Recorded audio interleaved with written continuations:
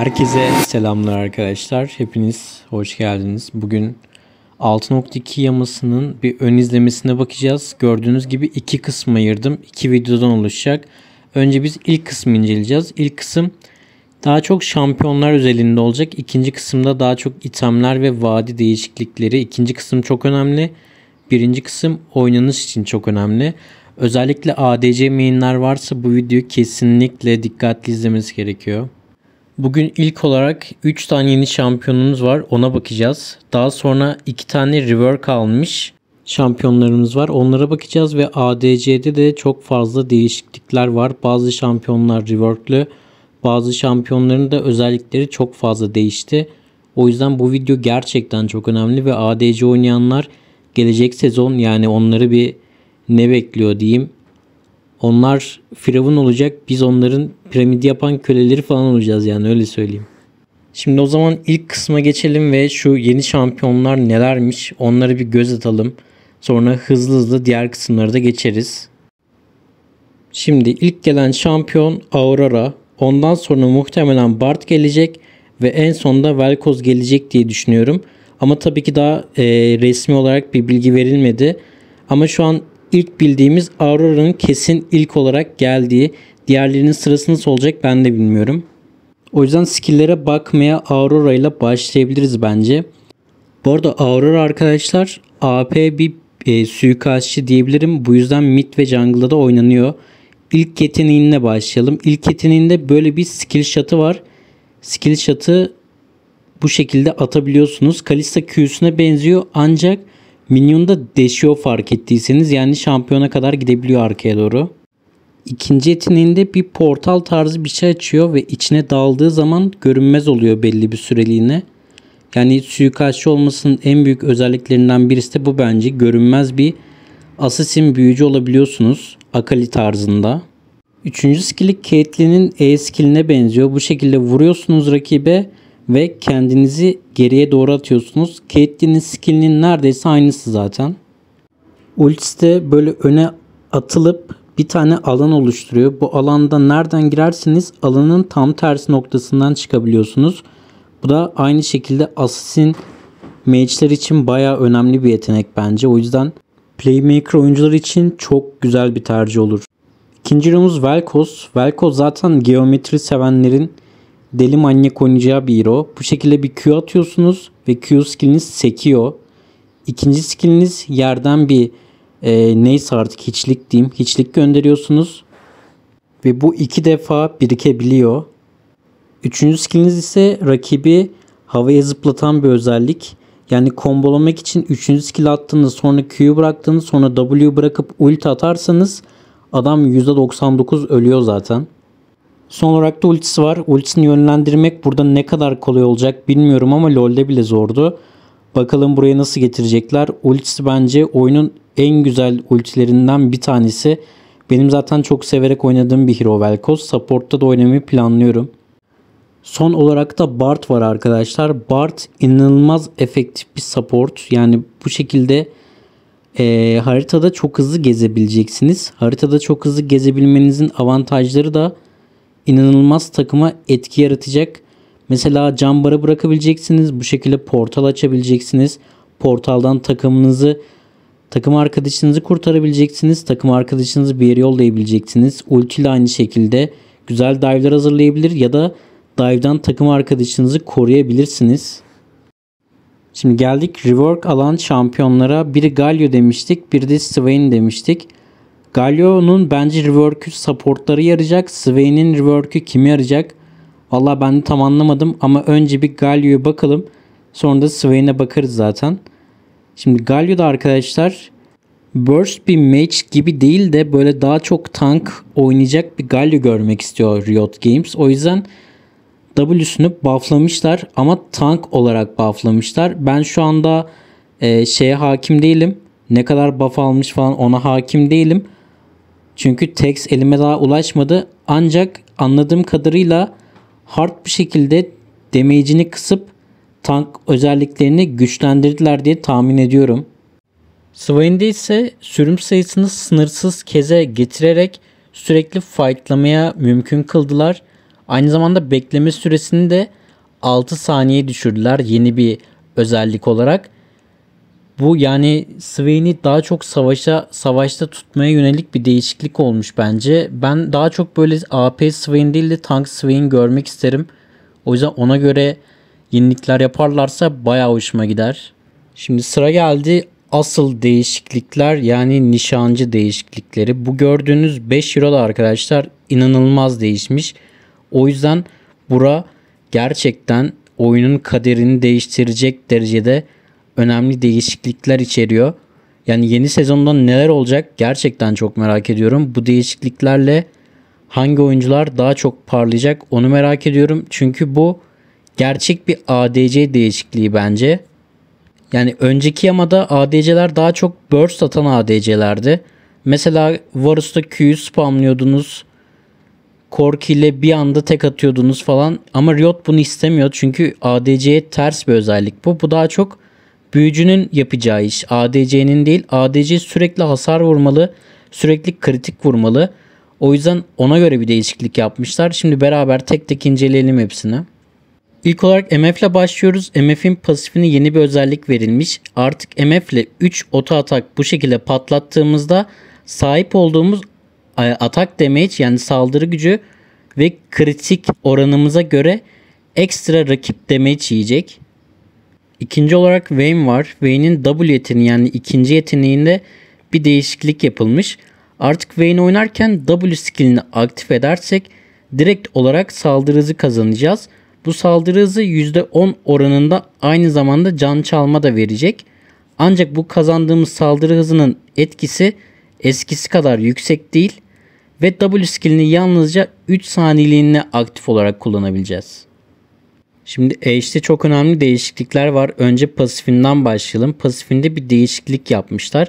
Artık Ashe'in pasif yeteneği direkt olarak ilave hasar vuracak. Ve bu ilave hasar kritik hasarda olabilecek. Yani normal oto ataklarımız kritik hasar vurabilme ihtimali doğuracak artık pasifinden dolayı Ashe'in. Ve Q skillinde bir değişiklik var. Artık Q skilli 4 defaya kadar stacklenebilecek. 4'ten fazla stacklenemeyecek. 4 olmadan da Q skillini aktif edemeyeceğiz. Q skilli 4 stack olduktan sonra aktif eder etmez %25 saldırı hızı kazanacağız.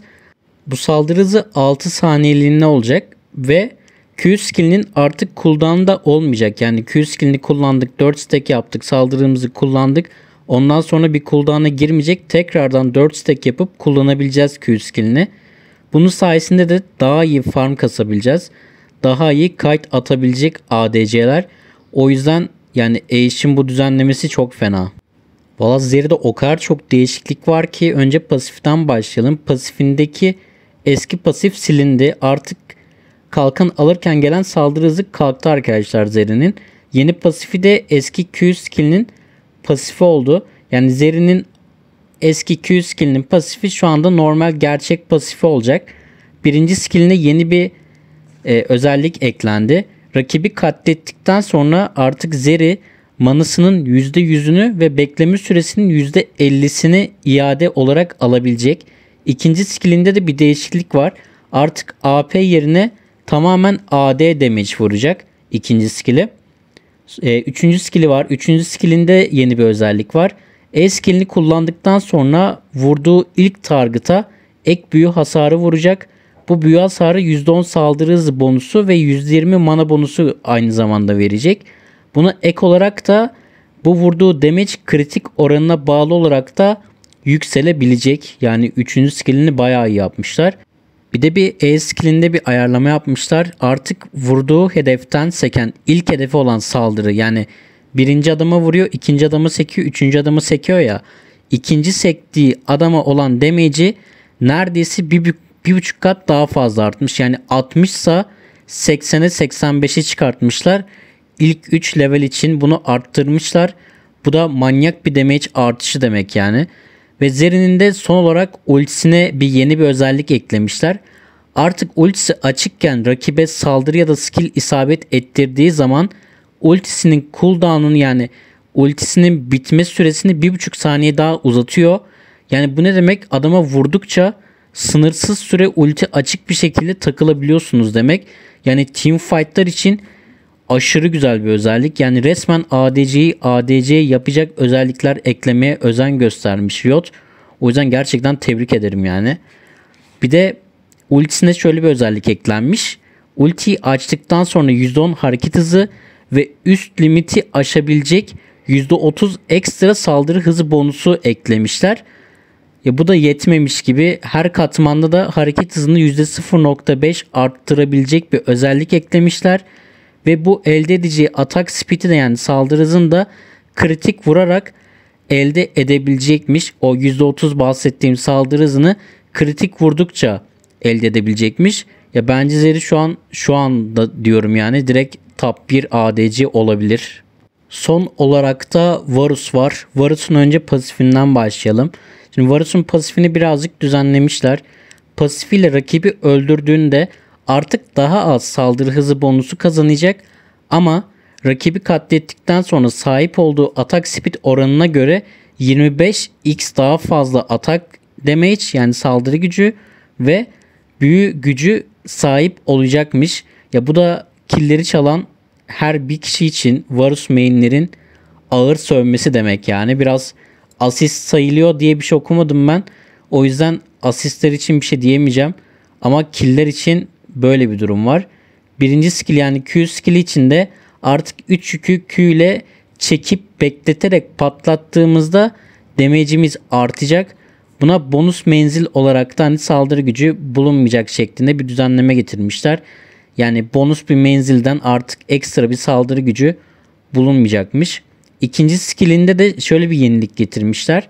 Şampiyon ya da epik canavara ikinci skilliyle bir patlattığı zaman 3 tane yük bırakıyor ya onu patlatırsa temel skilllerinin yani QE skillinin bekleme süresini %13 azaltıyormuş. Maksimumda %39 olacak şekilde yani 3 kere patlatırsa %39 olacak şekilde cooldown veriyormuş. Ve bunun yanında da şöyle bir yenilik daha getirmişler ikinci skill için. Maksimum sınır damage olarak canavarlara vurabileceği damage'i %120 olarak ayarlamışlar. Bunu da 3 kere stacklenecek şekilde yani 360 maksimum vurabileceği damage olarak ayarlamışlar. Bonus büyü gücünü arttırmışlar. Yani genel olarak bir bakarsak Varus'un buff'ı bayağı güzel olmuş. Özellikle bu cooldown muhabbeti bayağı iyi olmuş bence. Yani Varus'u böyle burst bir ADC'den çok vursun sürekli cooldown kazansın fight'ta dursun ota atak bir Varus'a build'ler çevrilebilir gibi geldi bana. Bakalım nasıl build'ler çıkacak. Ben de merakla bekliyorum şahsen bir support main olarak. Şimdi genel bir özet geçmek gerekirse arkadaşlar 3 tane yeni şampiyonumuz var. Bir tanesi hemen geliyor. 2 tanesi ne zaman gelir onu bilmiyorum. Ama 3 de birbirinden güzel oyunun dengesini bozacak 3 tane şampiyon gelecek. İkinci olarak yenilenmiş şampiyonlarımız var. Yani tamamen oynayışı değiştirecek yenilemeler getirmişler. O yüzden bakalım Galio'nun özellikle gücü nasıl olacak merak ediyorum. Üçüncü olarak da nişancı değişiklikleri var. Bu nişancı değişiklikleri inanılmaz etki edecek. Yani bu reworklenen şampiyonların bir 100 katı daha fazla etki edecek diye tahmin ediyorum. Bakalım onu da göreceğiz. Yarın da ikinci kısım atacağım. İkinci kısımda tamamen oynanış özelliklerini değiştiren vadi, çalılar falan. Daha sonra oyuna eklenen yeni özellikler var. Onları göstereceğim ve en önemlisi de davranış sistemi var. Davranış sisteminin oyuna etkisi neler olacak, nasıl olacak? Onun hakkında bir konuşuruz. Yarın görüşmek üzere arkadaşlar. Umarım videoyu beğenmişsinizdir. Yorum, like'ı unutmayalım. Abone olmadıysanız da abone olursanız beni mutlu edersiniz. Gelecek videolarda görüşmek üzere. Yarın özellikle görüşmek üzere. Bye bye, seviliyorsunuz. Hoşçakalın.